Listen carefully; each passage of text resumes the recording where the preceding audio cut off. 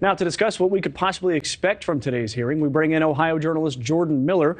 He knows everything about this situation. We have had him on several times. He's very knowledgeable. Good morning, Jordan, and thanks for joining us again. Good morning, Mitch. How are you?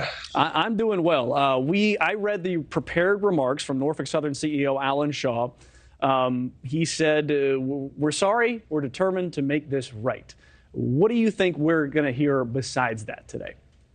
He's saying that Norfolk Southern's going to work around the clock, which has kind of been what Norfolk Southern's been leaning on this whole time, that they're going to work around the clock to make this right and whatnot. But that still doesn't ignore the fact that this tragedy in East Palestine happened and people's lives are uprooted. So you can do what you want to make it right now, but the people of East Palestine feel as though something should have been done. They should have been held accountable before the train derailment in East Palestine. Well, the whole make it right thing, that's my main question here. All the people you've spoken to out there in East Palestine, can Norfolk Southern actually make this right, or is that just not possible?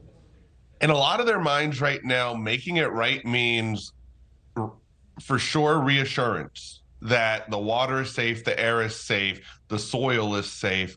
But for others, making it right means buy my house. I don't want to live here anymore. Buy my house so I can move, but I don't want it to be bought at what it's worth now with nobody wanting to move to East Palestine. I want it to be bought for what it was before the East Palestine train derailment. And you mentioned earlier this week that you had seen a house go on the market for, I think, 300, and it had already been down to 250. They had to reduce the price. It was something along those lines. In the vein of money, though, in his prepared remarks, Alan Shaw commits $3 million to reimbursement of the East Palestine Fire Department, $1 million to community leaders to spend as they see fit, another $1 million to a railroad liaison to identify any other needed donations here, $300,000 to the school district, $65,000 to youth sports so that youth sports in East Palestine are going to be free for kids for a year, and also $7.5 million to Pennsylvania first responders on the other side of that border. So there are some serious dollars committed here, but I did not see within that framework any sort of home buying program or a distressed asset relief program, as we learned in the financial crisis 15 years ago or so. So what are you seeing here that might make people feel right? Because I don't see them saying, hey, we're just going to buy your homes. Everybody can move on. Yeah, and I think if that happens, it'll be down the road, if it's ever proven that East Palestine will never environmentally recover. But like you said, $20 million worth of finances are being committed towards reimbursements in East Palestine.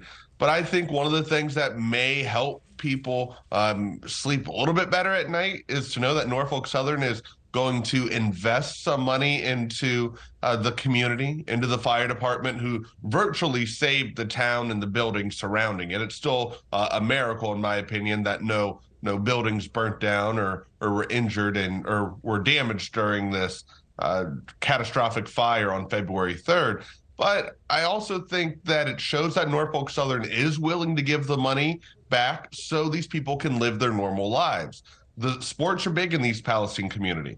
So they're paying for a year's worth of free sports in East Palestine. We'll see. We'll see, especially how East Palestine residents feel after today's Senate hearing.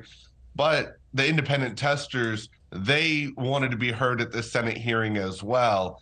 And we know that that's not going to happen. Well, and also, if you're going to pay $65,000 so all the sports are free, but the parents don't trust the air quality and they don't trust what's in the ground, then paying for my kid to play soccer where he or she is going to breathe in heavily all the contaminated air and then slide around on the dirty ground, that's not going to make people feel any better.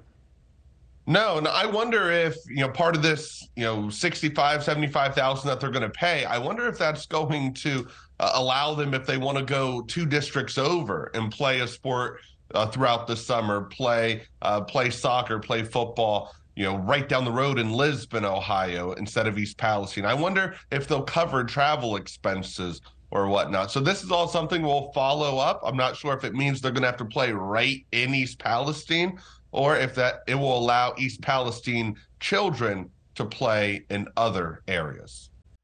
Thanks for watching. Go to newsnationnow.com to find NewsNation in your cable lineup. And don't forget to click the red subscribe button below to get more of NewsNation's fact-based, unbiased coverage.